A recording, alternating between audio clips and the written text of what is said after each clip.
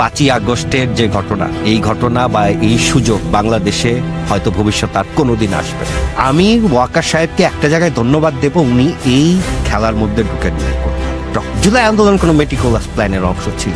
তথাকথিত জুলাই যোদ্ধা হয়ে যারা ক্ষমতার রুটি হালুয়া খাচ্ছে তার তো ম্যাক্সিমাম ঢাকা ইউনিভার্সিটির কজন মারা যায়। এই একটা আন্দোলন জানে ঢাকা ইউনিভার্সিটিকেও মারা যায়। আগস্টের 5 তারিখ থেকে সেপ্টেম্বরের 5 তারিখের মধ্যে আগস্টের স্পিরিট 50% মারা গেছে।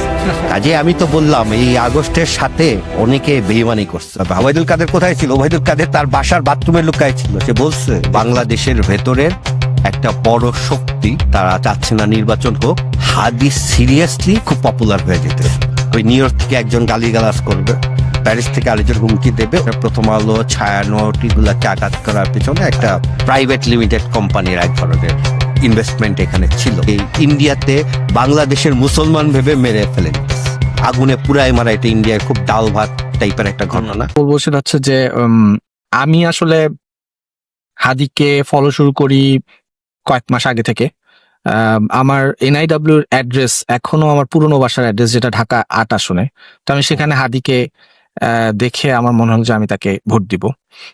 এটার পিছনে কারণ হচ্ছে আগের যত রাজনীতি, অন্যান্য রাজনৈতিক দল আছে, আমি কাউকে ভোট দিব না, এটা একটা আমি করছিলাম যে হাদিকে। যাই হোক, সেটা তো আর হচ্ছে না। কিন্তু আমার এখন যে বর্তমান যে অ্যাড্রেস, সেই অ্যাড্রেসটা হচ্ছে ঢাকা 9 আসন, যেখানে তাসনিম যারা আছে। হোপফুলি যদি আমি এনআইডব্লিউ এর অ্যাড্রেস চেঞ্জ করতে পারি তাহলে হয়তো তাকে ভোট দেবো, বা যদি নাও দিতে পারি, তাও গল্পটা এখানে বলি। সেটা হচ্ছে যে হাদির যে বিষয়, আপনি যে হোয়াট দ্য স্টোরিতে যে এপিসোডটা করছেন, সেখানে একটা কথা বলছেন যে হাদি মারা যাওয়ার কারণ, এবং 100টা কারণের মধ্যে প্রথম যে কারণটা বলছেন সেটা হচ্ছে যে আপনি বলছেন যে নির্বাচন করতে তো আসলে অনেক টাকা পয়সা লাগে, কিন্তু হাদির তো ছিল না। সে দেখাইছে যে আসলে ক্রাউড ফান্ডিং করেও নির্বাচনটা করা যায়। এবং এটা কিন্তু আসলে আমার কাছে খুবই ইন্টারেস্টিং মনে হচ্ছে, এই জন্য যে আমরা যদি আমেরিকাতেও দেখি, ইভেন বার্নি স্যান্ডার্স থেকে শুরু করে বারাক ওবামা $5 জন্য কিন্তু রিল, শর্টস, টিকটক বের করে।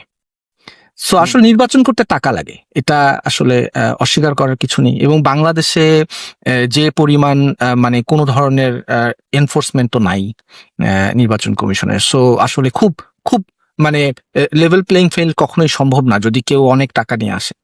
এবং রাজনীতিটা এই কারণেই কিন্তু অনেকটা বিজনেসের মতো হয়ে গেছে, যেটা এক ধরনের ইনভেস্টমেন্ট, তারপর সেটা ব্যাক করবে। কিন্তু যারা এরকম, যারা আসলে দেশের জন্য কিছু করতে চায় কিন্তু তাদের টাকা নেই, তারা যদি ক্রাউড ফান্ডিং করে এটা করতে পারে তাহলে কিন্তু তারা চলে আসতে পারবে। এটা কিন্তু একটা নতুন পন্থা, রাইট?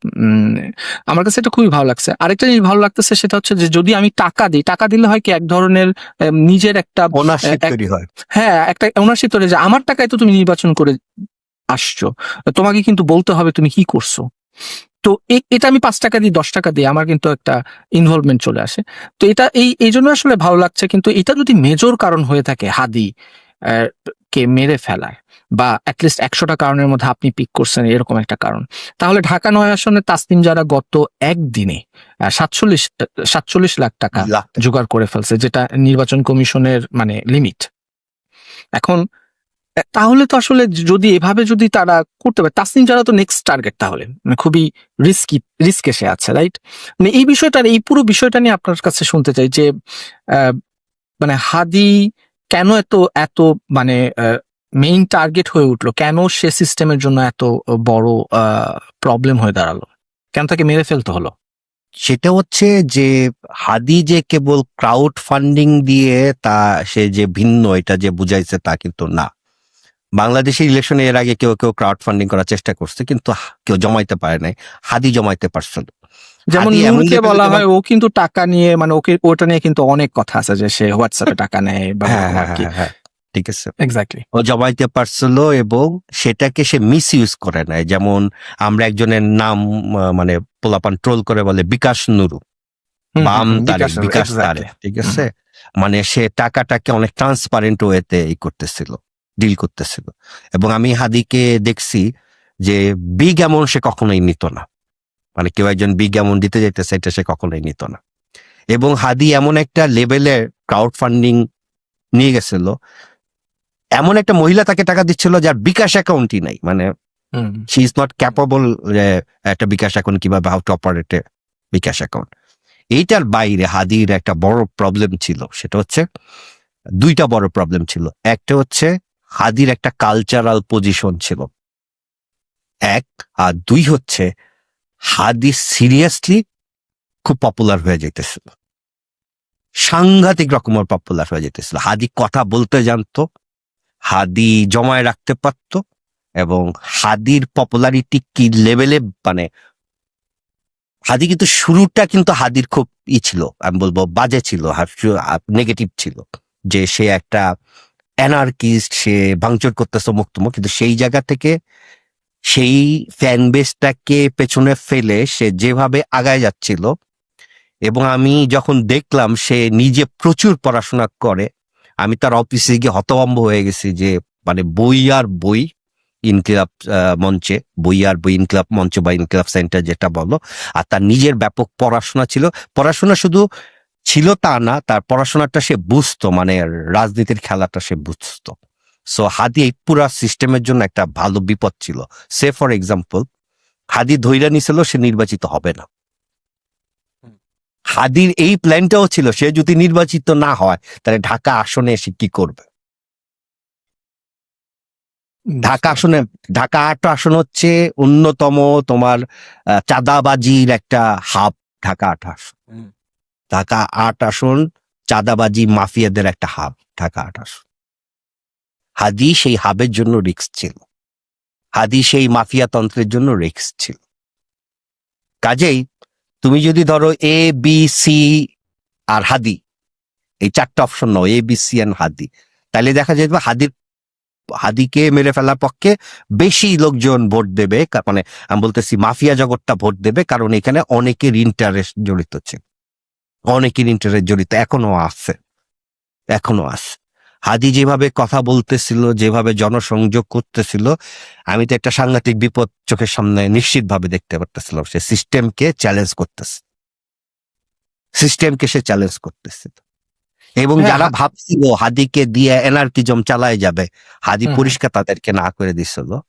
হাদি এনার্কিজমে না গিয়া, দেখো হাদি এনার্কিজমে যায় নাই, জিয়াফত মিয়ামতে সে যায় নাই, উল্টা সে কোনো রাজনীতিতেও ঢুকে নাই, সে একা একা একটা স্বতন্ত্র আসনে দাঁড়াইতেছিল। সো তার জার্নিটা খুবই ইন্টারেস্টিং ছিল, এবং খুবই ওয়েল ডিজাইন, ওয়েল থট একটা প্রসেস ছিল। তুমি যদি মেটিকুলাস ডিজাইন বলো তাহলে সেটা হাদির ছিল। হাদি বের করে ফেলছিল যে, এবং হাদি মানুষের ভাষাটা বুঝতে পারছিল যে মানুষ আসলে মানুষের এই জায়গায় এই শূন্যতা আছে। এবং হাদির সাথে আমি কথা বলছি, তো হাদি ধরো অসাধারণ একটা বিষয় সে আবিষ্কার করছিল। আমি হাদিকে তখন এই গল্পটা বললাম যে আমেরিকায় ব্যাংকে কত টাকা আছে এটা দিয়ে মানুষকে হিসাব করে না, আমেরিকা হিসাব করে হচ্ছে তার ক্রেডিট স্কোর কত, এইটাতে তার ক্যাপাসিটিটা হিসাব করে। তো হাদির কথাবার্তার মধ্যে ওই ব্যাপারটা ছিল। হাদি বুঝছিল যে ধরো অন্য কিছু কিছু ছাত্র নেতা যারা কত 4 কোটি 40 কোটি কত টাকা মারছে, হাদি বুঝছে যে এই টাকার কোনো আসলে ভ্যালু নাই।